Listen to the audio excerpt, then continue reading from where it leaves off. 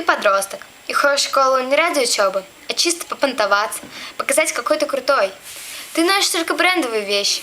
Ведь если ты будешь без понтов, без айпада, без айфона, без кроссовок Adidas, все подумают, что ты бедный. И если хоть кто-нибудь узнает, что ты купил дешевый аналог на рынке, а не дорогущий оригинал в фирменном магазине, ты же станешь самым первым лохом в школе. Поэтому ты берешь маму, и вы идете в Nike с новыми кроссовками. Тратите половину ее зарплаты на кроссы, которые стоят в обычном магазине в 5 раз дешевле. Но нет, зачем же? Ведь ты такой крутой. И считаешь, что понты дороже денег. Тебе же надо выпендриться перед всеми.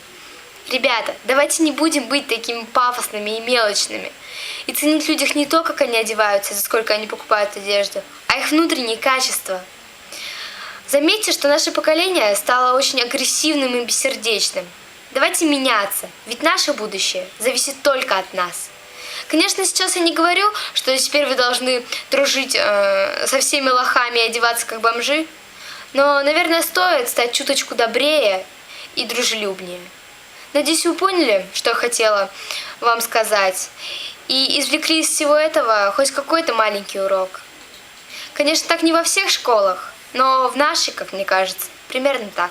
Всем пока, спасибо. С вами была Катя Токарь на канале Kiss Kate.